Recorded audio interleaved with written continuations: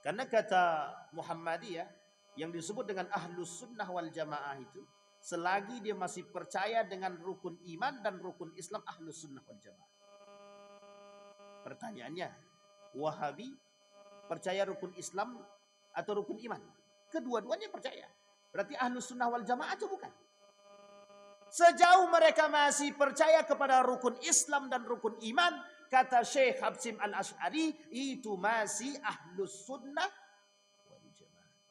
Pertanyaannya terletak pada definisi keimanan kepada Allah, definisi keimanan kepada Rasul, definisi keimanan kepada hari kiamat, dan selanjutnya.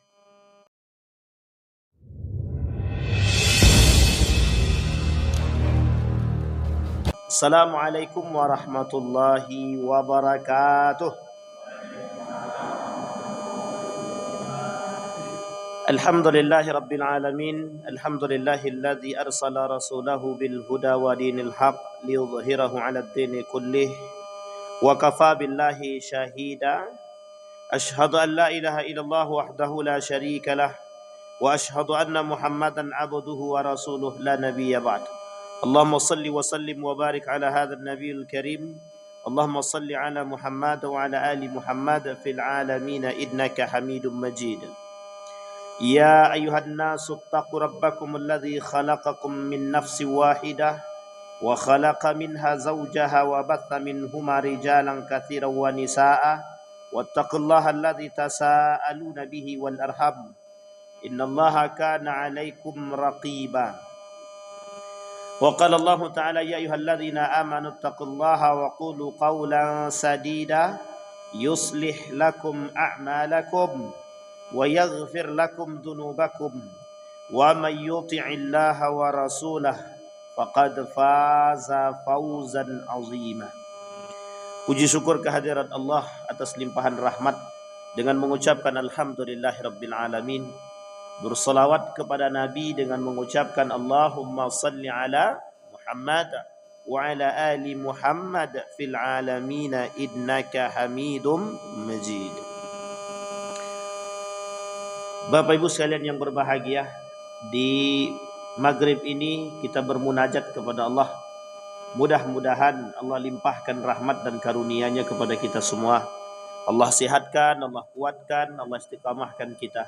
Allah anugerahkan rumah tangga yang sakinah, mawaddah warahmah, anak-anak yang saleh dan salihah. Kemudian Allah anugerahkan kita generasi-generasi pejuang agama di tengah merosotnya akhlak, ilmu dan adab terhadap generasi-generasi kita. Mudah-mudahan mereka istiqamah. Amin ya rabbal alamin. Untuk kedua orang tua kita yang telah mendahului kita, Allah tempatkan di tempat terbaik di sisinya. Allah terima amal ibadahnya. Bagi orang tua kita yang masih hidup, Allah sehatkan, Allah kuatkan, Allah murahkan rezekinya, Allah istiqamahkan dalam ketaatan. Amin ya rabbal alamin. Baik Bapak Ibu sekalian yang berbahagia, pada pertemuan sebelumnya atau di bulan yang lalu kita sudah membahas karakteristik atau ciri-ciri ajaran sesat yang terdapat dalam fatwa Majelis Ulama Indonesia. Ketika Majelis Ulama Indonesia berikhtiar, berijtihad, mengumpulkan berbagai macam informasi tentang ajaran-ajaran sesat, sehingga Majelis Ulama Indonesia mempelajari apa sih aliran sesat tersebut, bagaimana kriterianya, apa yang harus kami lakukan, sehingga dikelompokkanlah oleh Majelis Ulama Indonesia tersebut setidaknya ada 10 kriteria atau tanda ajaran tersebut dikatakan sesat. Bapak Ibu sekalian yang berbahagia, pada tahun 2016 Majelis Ulama Indonesia merilis berita 300 lebih aliran sesat yang ditemukan. Berapa itu? 300. Sedikit atau banyak? Banyak apa sedikit? 300 di tahun 2016, dan kata Majelis Ulama Indonesia berpotensi meningkat. Berpotensi meningkat. Artinya apa? Pertumbuhan aliran sesat dari tahun ke tahun selalu terjadi. terus terjadi. Artinya, apakah Majelis Ulama Indonesia atau MUI tidak punya sikap dalam menyelesaikan aliran-aliran sesat atau menangkal munculnya aliran sesat? Itu yang pertama. Yang kedua, di kalangan Majelis Ulama Indonesia, apakah Majelis Ulama Indonesia tidak bekerja sama dengan golongan-golongan atau tidak bekerja sama dengan aparat dan pemerintah dalam menyelesaikan hal tersebut? Dari dua pertanyaan tersebut kita jawab. Yang pertama, Majelis Ulama Indonesia sudah mengupayakan sedemikian rupa agar bisa mencegah munculnya aliran sesat. Apa salah satu tanda, apa salah satu yang dilakukan oleh Majelis Ulama Indonesia untuk mencegah? Dibuatlah karakteristik yang 10 yang kemarin kita pelajari, yang disampaikan kepada masyarakat agar masyarakat bisa jelas bahwa kalau ada 10 poin tersebut atau salah satu di antara 10 poin yang kemarin kita sampaikan dapat atau terdapat dalam tubuh golongan tersebut, sekte tersebut, maka bisa dipastikan sekte tersebut sesat. Itu di luar yang lain. Kalau dulu golongan-golongan sesat itu banyak. Ada Syiah, Mu'tazilah, Jabariyah, Qadariyah, Murji'ah, kemudian lagi Khawarij, dan yang lain sebagainya. Itu kan keluar. Mereka dianggap sesat oleh agama karena mereka memunculkan paham-paham yang bertolak belakang dengan apa yang disampaikan oleh atau yang diajarkan oleh baginda Nabi Muhammad sallallahu alaihi wasallam. Di dalam aliran akidah terdapat banyak kelompok-kelompok kesesatan yang tadi saya sebutkan. Yang tadi saya sebutkan itu adalah aliran-aliran akidah, aliran-aliran sesat yang ada dalam bidang akidah, seperti Khawarij, Syiah, Mu'tazilah, kemudian Murji'ah, Jabariyah, Qadariyah. Itu golongan-golongan yang ada. Dan golongan-golongan itu sesat dan menyesatkan secara akidah. Kalau di zaman modern ini, sudah juga saya sampaikan kemarin, sekulerisme, pluralisme, liberalisme, materialisme, rasionalisme, feminisme, dan yang lain sebagainya, modernisasi atau modernisme sama. Semua yang berbau isme-isme itu, di dalam hari ini, pandangan Majelis Ulama Indonesia itu golongan-golongan yang cenderung mengajak orang kepada kesesatan. Baik secara muamalah maupun secara akidah. Baik secara keimanan maupun secara keagamaan. Menyesatkan kita. Dan itu penting. Seperti liberalisme. Mengajak orang berpikir lebih liberal, lebih bebas. Dan mementingkan kepentingan dia terhadap kepentingan yang lain. Artinya apa? Kebebasan seseorang dalam berbuat tidak bisa disandingkan dengan ribat atau aturan yang terdapat di dalam agama. Artinya kebebasan orang tidak boleh dibatasi. Itu haknya manusia untuk melakukan sekalipun menabrak aturan-aturan agama. Yang kedua, pluralisme. Kenapa dikatakan pluralisme ini ajaran, bukan ajaran sebenarnya, kelompok yang menganjarkan kita kepada kesesatan. Karena mereka menganggap semua agama itu benar. Padahal Islam mengatakan agama yang benar itu cuma satu. Innad dina indallahil Islam. Bahkan semua nabi Islam. Tak ada satu pun nabi yang tidak Islam, semuanya Islam. Hanya saja ketika mereka memahami konteks ayat-ayat Al-Quran, ya mereka akan mencoba memahami dengan kacamata toleransi dan hak asasi manusia serta modernisasi. perkembangan zaman dengan kemodernan zaman. Yang ketiga ada namanya sekulerisme.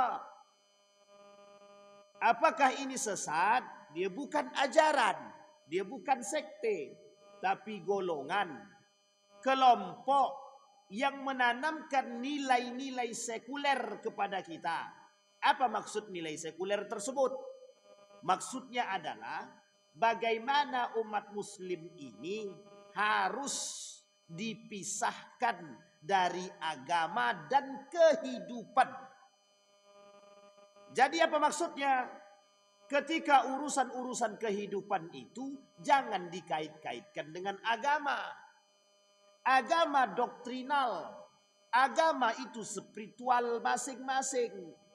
Sementara politik, kehidupan, pendidikan itu urusan lain yang bebas untuk disampaikan dengan nilai-nilai apapun. Sampai di sini paham Bapak Ibu? Sehingga golongan-golongan yang tadi yang saya sebutkan, kelompok-kelompok yang tadi yang saya sebutkan muncul di era modern. Muncul di era modern. Ada peradaban barat, mereka mendukung. Ada peradaban Korea, mereka mendukung. Artinya setiap orang diberikan kebebasan berkreativitas sekalipun terhadap dalam agama. Sampai di sini bisa dipahami. Kira-kira lebih sesat mana? Lebih sesat kelompok yang dahulu atau yang sekarang? Kelompok yang dulu jelas kesesatannya. Kalau kelompok-kelompok yang sekarang abu-abu kesesatannya. Kenapa kok abu-abu? Ya justru kita harus lebih berhati-hati pada kelompok yang sekarang. Karena mereka abu-abu. Kadang benar, kadang salah. Tapi yang paling parah lagi mencampur adukkan kebenaran dan kesalahan. Yang hak dan yang batil mereka campur. Sehingga lebih parah menyesatkan. Orang kafir dan orang muslim itu jelas perbedaannya. Tapi yang tak jelas perbedaannya itu orang muslim dan orang munafik. Itu tak jelas perbedaannya. Sama-sama Islam, sama-sama sholat, sama-sama beribadah, sama-sama satu Tuhan, sama-sama satu Nabi. Sama-sama Nabi deh. Tapi yang satu istiqamah dalam ajaran agama, yang satu melenceng daripada ajaran agama. Yang satu mengajak ke jalan yang lurus, yang satu mengajak ke jalan yang bengkok. Kaki tangan daripada aliran sesat itu adalah kaum-kaum muslimin yang munafik-munafik tadi. Siapa mereka? Yang tergolong dalam kelompok-kelompok yang tadi saya sampaikan. Jadi Bapak Ibu sekalian yang berbahagia, hari ini justru lebih berbahaya daripada yang dahulu. Kalau dahulu kita jelas Syiah, tahu kita bagaimana model ibadah dia, tahu kita akan kesesatan dia. LDII, tahu kita dulu kesesatannya, sekarang tak dianggap sesat lagi. LDII hari ini tak dianggap sesat lagi. Kenapa tak dianggap sesat lagi hari ini? Karena mereka sudah menghapuskan salah satu pemahaman mereka, yang masuk orang lain yang masuk ke dalam masjid mereka yang tak sepaham dengan mereka sudah tidak dicuci lagi lantai dia. Kalau dulu bapak masuk, kaki tempat bapak itu dipel dia. Kita ni najis. Semua kita yang ada di sini, karena berseberangan dengan mereka kita najis. Pernah saya masuk itu masjid pak dipel tuh. Langsung dipel sebersih-bersihnya. Pakai kinclong-kinclong itu apa namanya itu? Soklin. Bayangkan pak, ada Ahmadiyah sesat. 3 golongan atau 3 kelompok atau 3 sekte yang dibangun oleh Inggris untuk menghancurkan umat Islam pada masa dahulu. Setelah lepas daripada Turki Utsmani, hancur Turki Utsmani, Britania membangun kelompok-kelompok tertentu untuk menghancurkan Islam. 1 Ahmadiyah dibangun di India. Yang kedua Bahaiyah dibangun di Mesir. Yang ketiga Wahhabiyah dibangun di Saudi Arabia.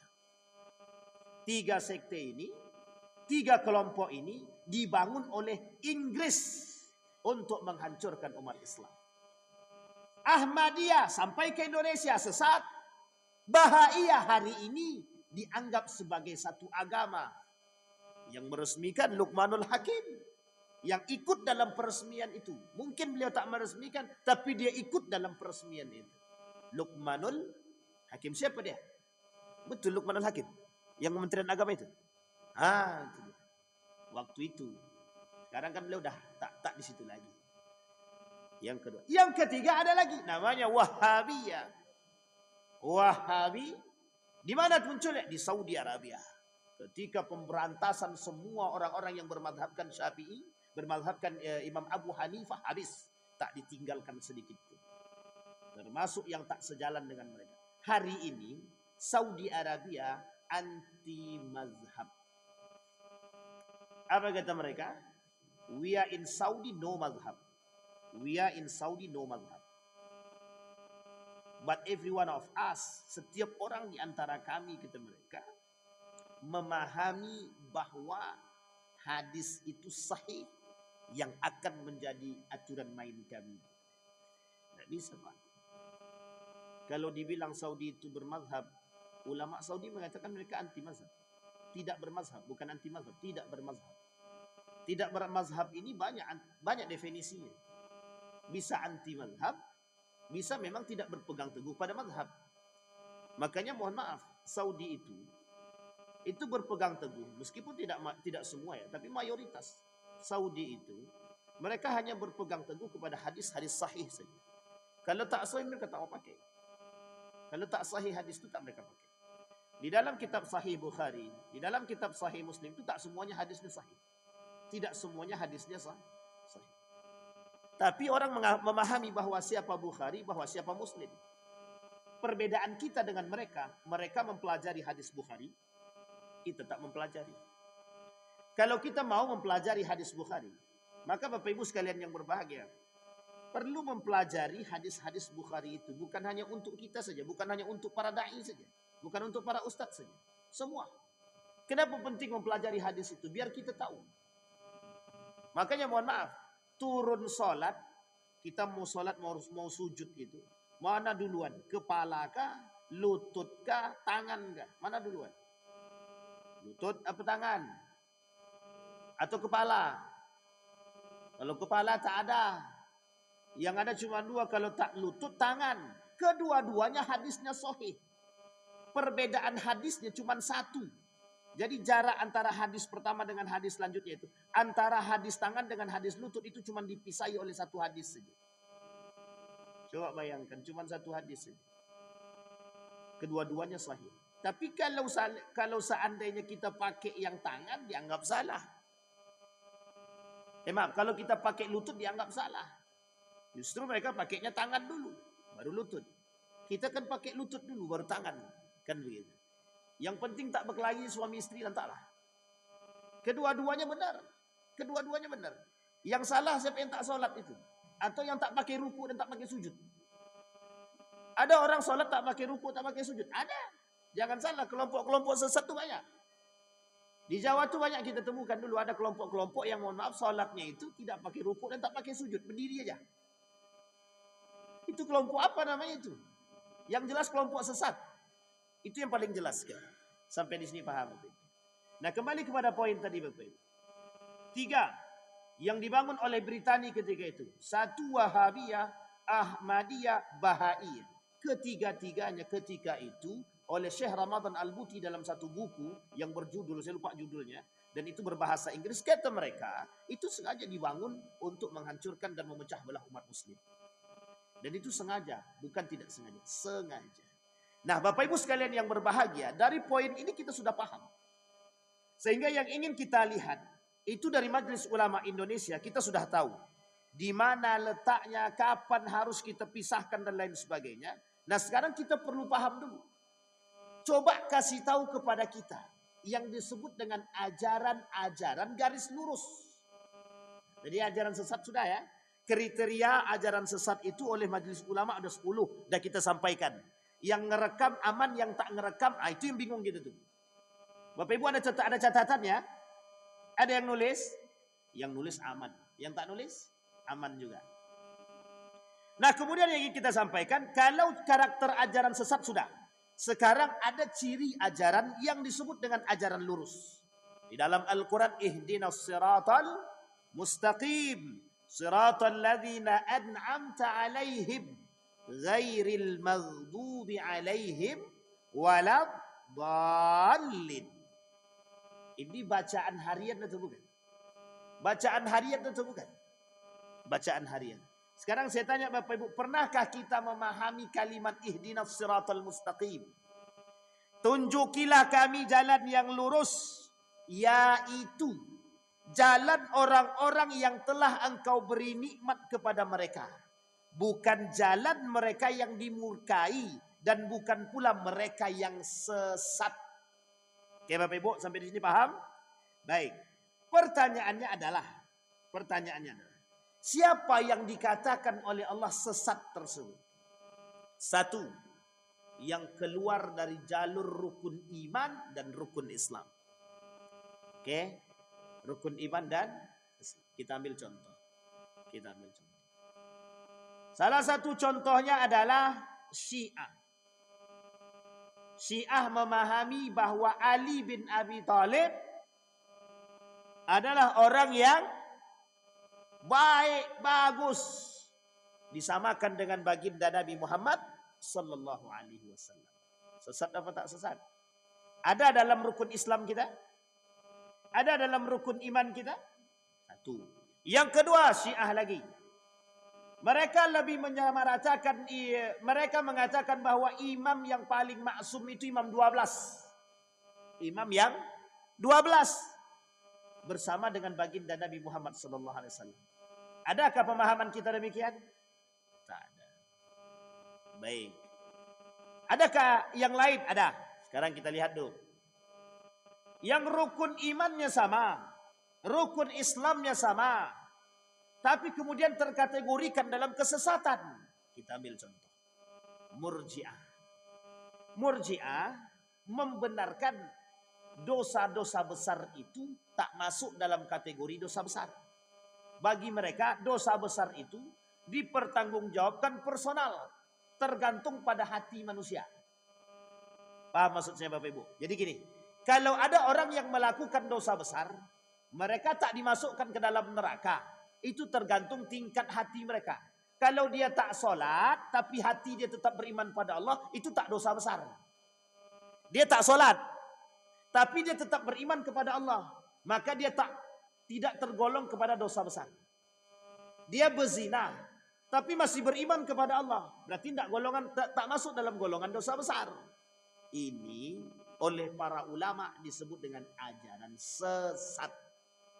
Pemahaman Ahlus Sunnah wal Jamaah, kata Syekh Hasyim Al-Asy'ari. InsyaAllah kalau kita ketemu lagi di bulan depan, kita sampaikan dalam kitab tersebut tentang aliran yang selamat.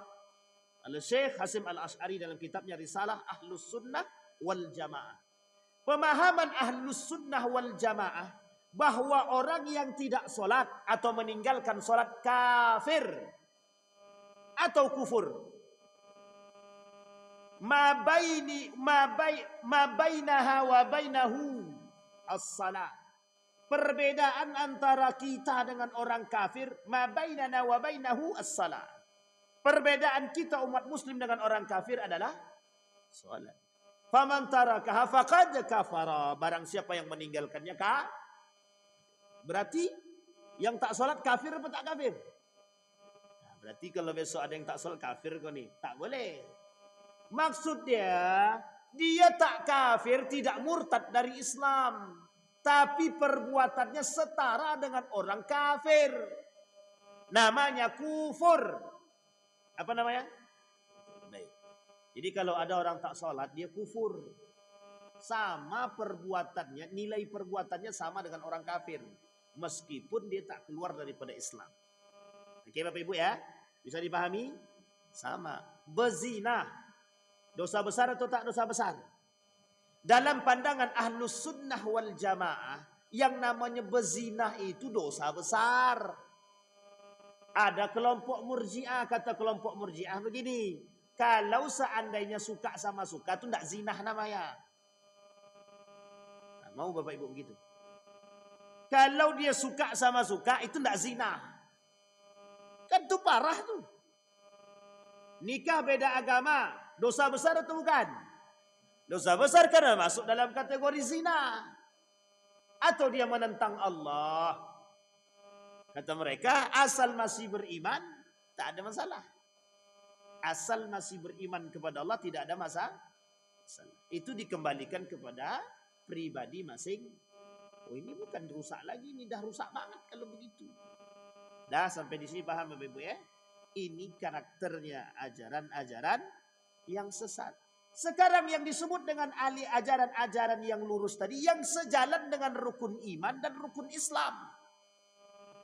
Kalau dia percaya tentang rukun iman dan dia percaya rukun Islam, selesai. Dia bisa bertahan dalam akidah dia, tidak batal syahadat dia, tidak batal keislaman dia, selesai. Memahami 70 lebih dosa besar, berarti dia tak sesat. Oke Pak Ibu ya? Berarti dia tidak sesat. Sekarang ada yang sesat, ada yang menyimpang. Sama tak sesat dan menyimpang itu? Secara makna sama. Secara bahasa berbeda. Ada yang menyimpang? Ada. Ada yang sesat? Ada. Apakah sesat itu menyimpang? Ya. Apakah menyimpang itu sesat? Belum tentu. Misal, ada orang yang menyimpang, tapi dia tak meyakini penyimpangan dia. Berarti dia tak sesat. Salah dia, dosa. Tapi kalau dia sesat, berarti dia sudah meyakini. Kesesatan itu terletak pada keyakinan. Kalau dia melakukan, tapi dia tak meyakini, maka dia penyimpangan. Contoh. Salat subuh di waktu asar. Salat subuh di waktu asar. Itu salat subuh atau bukan? Kalau dia meyakini bahwa salat subuh itu benar di waktu asar, atau di waktu zuhur, atau di waktu yang lain, itu sesat. Karena menjadi rutinitas. Tapi kalau dia lakukan salat subuh di waktu zuhur, bukan meyakini kebenaran itu menyimpang namanya. Sampai di sini paham? Kita ambil contoh. Ada orang pelaku homo atau lesbi, menyimpang atau sesat?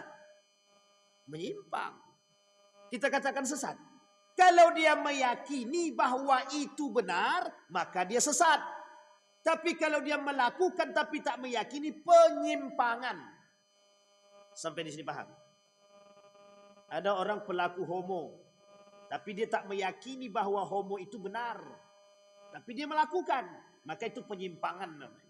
Tapi kalau dia meyakini, mengimani bahwa kami orang-orang yang lesbi, yang gay ini berhak mendapatkan sama dan benar dan bisa masuk surga seperti pemahaman lainnya, itu yang sesat dan menyesatkan. Kita ambil contoh yang lain. DII. Apa itu DII? NII, Negara Islam Indonesia. Tak sejalan dengan mereka. Kata mereka begini, lebih baik, lebih utama ketika kita rapat itu rapat atau kajian atau mengaji atau belajar, itu lebih utama daripada sholat. Sampai ketinggalan sholat pun tak masalah. Ini lebih utama. Artinya mereka memahami, meyakini bahwa ngaji lebih baik, lebih afdol daripada sholat. Sesat apa tak sesat? Kalau dia meyakini sesat. Tapi kalau dia melakukan saja tak meyakini, itu penyimpangan. Sekarang lebih banyak penyimpangan atau penyesatan? Kedua-duanya. Nah, sekarang saya tanya Bapak Ibu. Orang-orang yang korupsi itu kira-kira penyimpangan atau penyesatan itu? Jangan dua-duanya. Penyimpangan apa penyesatan? Kalau mereka meyakini bahwa korupsi itu benar, itu sesat. Tapi kalau mereka melakukan tapi tidak meyakini kebenaran itu, maka penyimpangan. Berarti lebih banyak penyimpangan apa penyesatan itu? Ya tergantung. Kalau dia ajak kita untuk membenarkan korupsi, itu penyimpangan, itu kesesatan sudah. Nah, sampai di sini paham Bapak Ibu ya? Dan itu dipisah. Baik. Apa kata Allah? Siratal ladzina an'amta alaihim. Allah, jalan yang lurus itu yang diberkahi oleh Allah, yang diberikan nikmat kepada mereka oleh Allah. Nikmat yang Allah berikan kepada kita namanya hidayah. Apa nama dia? Hidayah. Bukan nama kawan. Hidayah. Hidayah itu apa? Kita masih menikmati Islam, ini hidayah. Baik. Sekarang saya jabarkan kriteria ahlus sunnah wal jamaah atau garis-garis lurus. Bapak Ibu sekalian yang berbahagia, ajaran garis lurus itu sebenarnya sulit untuk dibedakan dengan ajaran-ajaran yang lain yang masuk dalam kategori keislaman yang sifatnya penyimpangan. Misal, dia masih percaya rukun iman dan rukun Islam. Bisakah kita katakan sesat? Tidak. Karena kata Muhammadiyah yang disebut dengan ahlus sunnah wal jamaah itu, selagi dia masih percaya dengan rukun iman dan rukun Islam, ahlus sunnah wal jamaah. Pertanyaannya, Wahabi percaya rukun Islam atau rukun iman? Kedua-duanya percaya. Berarti ahlus sunnah wal jamaah itu bukan. Sejauh mereka masih percaya kepada rukun Islam dan rukun iman, kata Syekh Habsim Al-Ash'ari, itu masih ahlus sunnah wal jamaah. Pertanyaannya terletak pada definisi keimanan kepada Allah, definisi keimanan kepada Rasul, definisi keimanan kepada hari kiamat, dan selanjutnya. Bagaimana cara memahaminya? Misal, dalam rukun Islam ada puasa. Ada puasa. Puasa itu dipahami. Kapan kita mulai puasa? Ketika azan subuh berkumandang, masuk azan subuh, Allahu Akbar. Dah tak boleh kita makan lagi. Sampai nanti 2 menit atau 5 menit sebelum azan maghrib. Atau kata mazhab Maliki, tunggu azan maghrib. Berapa lama tuh? Ada pemahaman boleh puasa sampai zuhur. Jika ada yang memahami boleh puasa sampai zuhur, berarti itu sesat. Nah, itu lain cerita. Kalau anak-anak jangan samakan. Tidak mungkin pula begitu. Nah, itu jangan pahami begitu. Kalau anak-anak itu biasa cara kita mengajarkan. Dari dulu begitu. Bapak Ibu, jangan Bapak Ibu kira mengajarkan anak berpuasa itu dari pagi sampai siang itu pada zaman kita saja, tidak. Itu terjadi pada masa baginda Nabi Muhammad SAW. Seorang sahabat mengajarkan anak dia berpuasa sampai siang. Ketika sudah siang dia tak kuat. Ketika diadukan kepada Nabi, Nabi diam saja. Kenapa? Nabi paham itu untuk pendidikan. Nabi tak katakan itu salah. Cuma ada cumanya. Habis itu jelaskan kepada anak tuh. Yang benar itu puasa dari pagi sampai dari azan subuh sampai azan maghrib. Nanti kalau tak dijelaskan sampai tua dia paham. Yang penting kami puasa. Sudah puasa sudah. Kapan puasa? Dari pagi sampai siang aja sampai tua. Ada begitu? Ada. Nah, kalau mereka mengimani itu tuh sesat namanya. Maka pemahaman rukun iman dan rukun Islam itu harus syamul. Tahu syamul Bapak Ibu? Harus baik, harus sempurna. Nah, kalau tak sempurna pemahamannya itu yang menjadi masalah. Contoh, pemahaman pada qadar dan kadar. Qada dan kadar. Tahu ya Bapak Ibu ya? Ada kelompok nama dia Jabariyah. Ada kelompok namanya Qadariyah. Kata mereka begini, kata Qadariyah itu. Kami percaya pada takdir ilahi. Tak kerja pun kami, itu sudah takdir. Nanti Allah akan kasih makan. Jadi ditunggu banyak aja berzikir. Dalam masjid aja. Anak istri dia dah kelaparan di rumah, dia pasrah sama Allah. Itu sesat. Itulah balik sebaliknya. Ada lagi kelompok sebaliknya namanya Jabariyah. Yang tak percaya sama sekali sama takdir Allah. Takdir Allah. Kebalikan daripada itu. Nah, ini muskilah ini. Muskilah. Kenapa kita katakan muskilah? orang-orang seperti ini, kelompok-kelompok seperti ini dalam memahami qada dan qadar itu tidak syamul, tidak baik. Sampai di sini paham Bapak Ibu?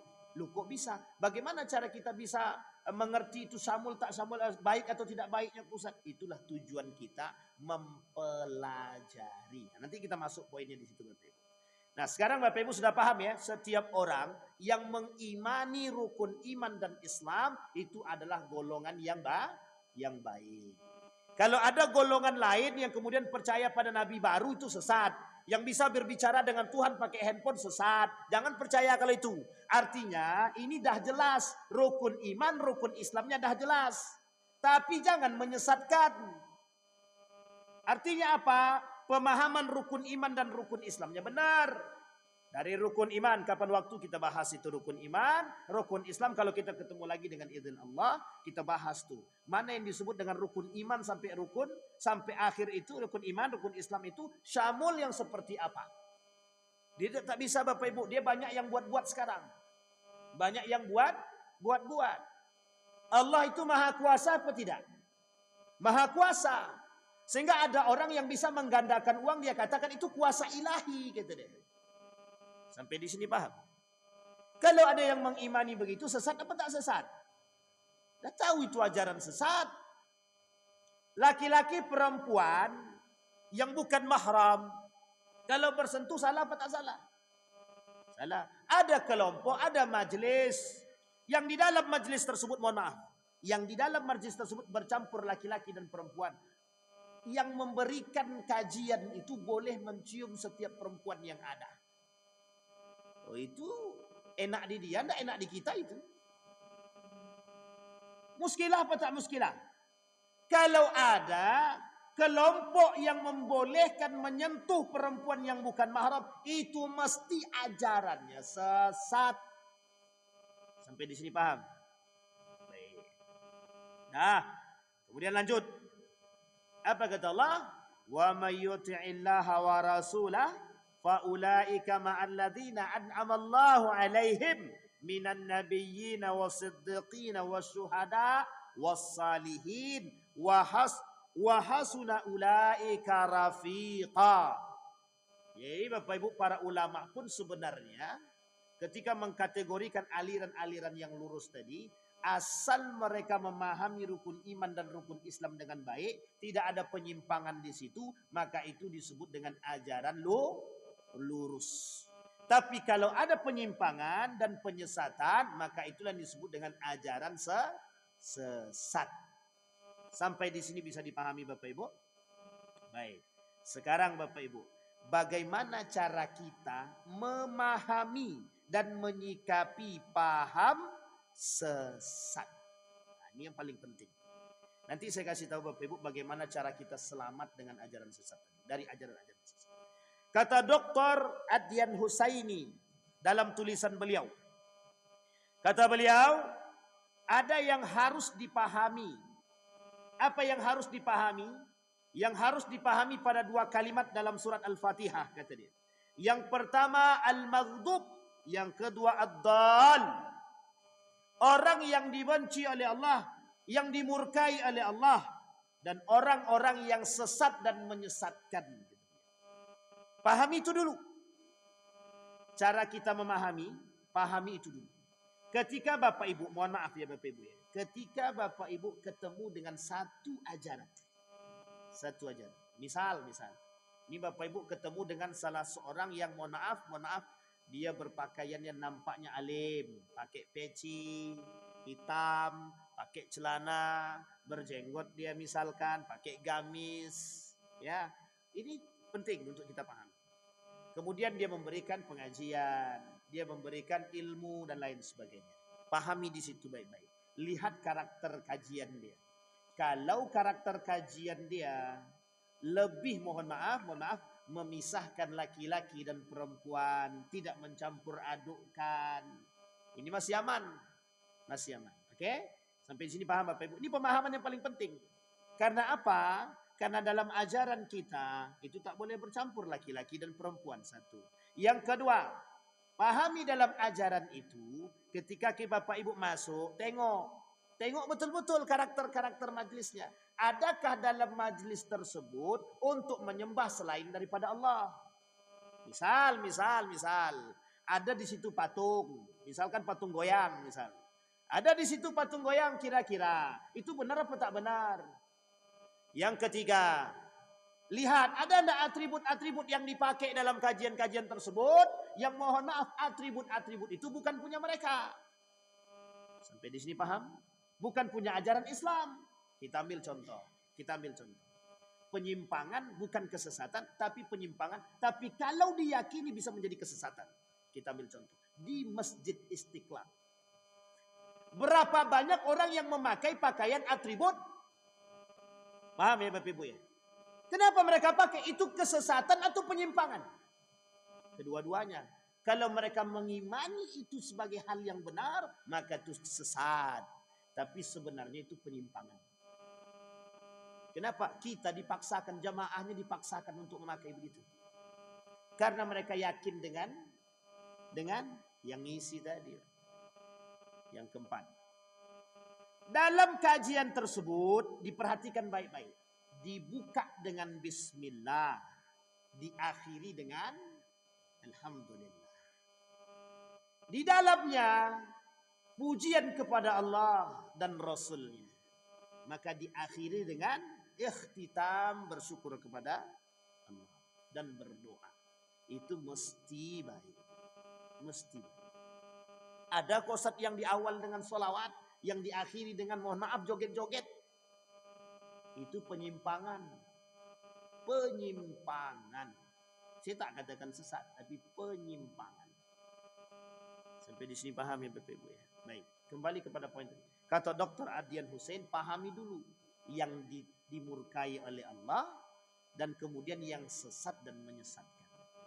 Nah, bagaimana cara kita memahami? Kita butuh ilmu. Butuh apa namanya Bapak Ibu? Ilmu. Kalau ada guru ngaji mengajarkan ilmu tentang ilmu-ilmu agama, ini mohon maaf nih Bapak Ibu, ini penting sekali. Tapi dia pakai patokan. Tinggalkan.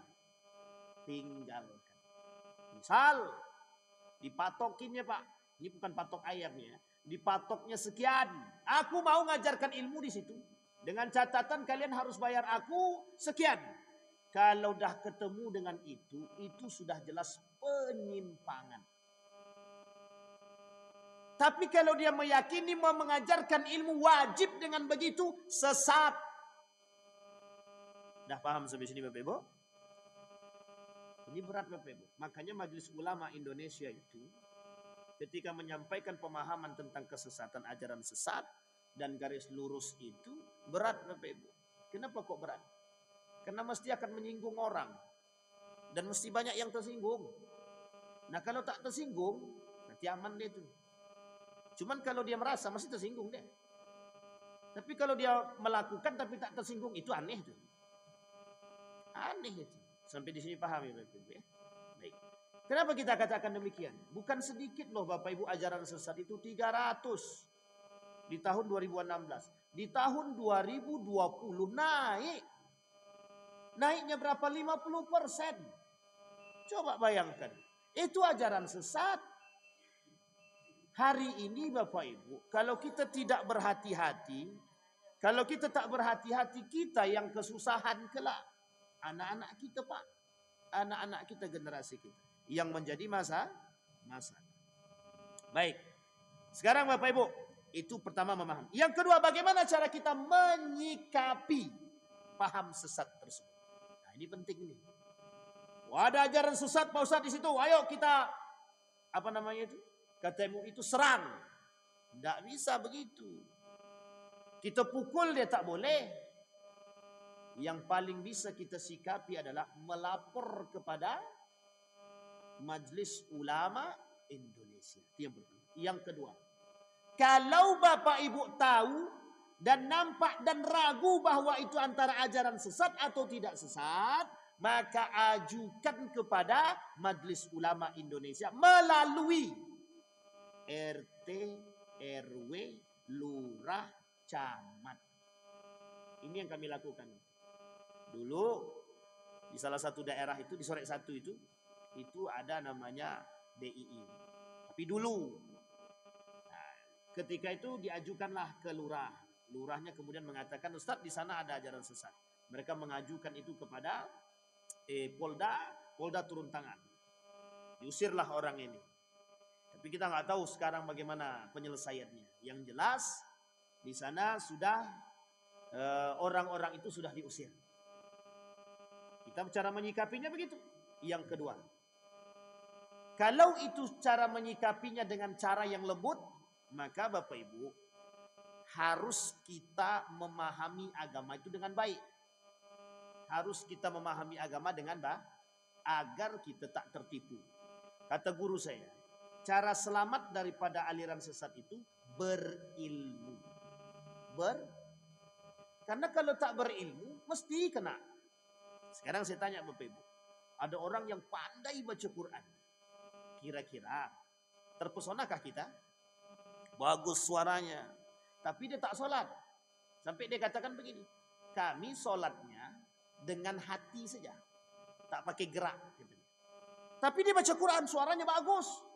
Apa kata dia? Kami tak sholat dengan gerak, kami sholat dengan hati. Cukup mengingat Allah. Sesat apa tak sesat? Parah itu. Nah, sampai di sini paham. Nah, Nabi sendiri, Nabi bukan saya, Nabi yang mengatakan. Bayangkan kelak di akhir zaman kata Nabi itu muncul golongan fasih baca Quran tapi menyesatkan orang. Fasih baca Quran, sholatnya bagus, ibadah dia bagus, lebih bagus daripada kalian kata Nabi kepada para sahabat. Sampai bingung para sahabat, masih ada yang lebih bagus daripada kami? Ada. Fasih bacaan dia, hafal Quran, paham dia, mengerti dia. Hebat sholatnya kata, lebih baik daripada kalian itu. Tapi mereka seperti anak panah yang keluar daripada busur dia. Apa maksudnya itu? Tak tepat sasaran. Agama itu tak bermanfaat. Hafalan tak bermanfaat bagi berdiri mereka. Justru mereka menyesatkan orang. Nah, coba bayangkan. Itu Nabi yang ngomong Pak.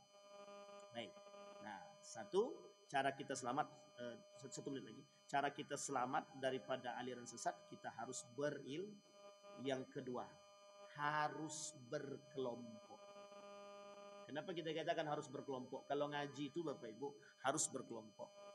Yang ketiga, kalau ngaji harus pakai guru. Ini banyak ngaji tanpa guru, sesat dan menyesatkan. Banyak kali orang baru keluar dari pondok bisa menyesatkan orang yang sudah bertahun-tahun keluar dari pondok. Ini unik nih. Unik, sangat unik. Saya baru-baru ini menemukan ada anak muda itu baru keluar dari sekolah itu bisa mencaci maki ulama-ulama dahulu. Itu memang ya penyimpangan lah. Artinya penyimpangan. Bapak Ibu sekalian yang berbahagia, 3 poin utama agar kita bisa selamat. Yang pertama berilmu, yang kedua apa Bapak Ibu yang kedua? Berkelompok. Yang ketiga harus belajar harus dengan guru. Kata guru saya, kata ulama-ulama terdahulu, kata Imam Al-Ghazali itu, kata Imam Ibn Al-Qayyim Al-Jauziyah, kata Imam Al-Jauzi, belajar agama harus dengan guru. Kata Dr. Mawardi Muhammad Saleh, kalau ada orang belajar agama tanpa guru, maka dikhawatirkan ilmu yang dia dapat menyesatkan. Dikhawatirkan ilmu yang dia dapat menyesatkan. Insya Allah mudah-mudahan lain waktu kita sambung, kita selesaikan, mudah-mudahan bisa menjadi pencerahan bagi kita, paling tidak bisa menyelamatkan kita. Amin ya rabbal. Fa'tabiru ya ulil absar la'allakum tuflihun. Assalamualaikum warahmatullahi wabarakatuh.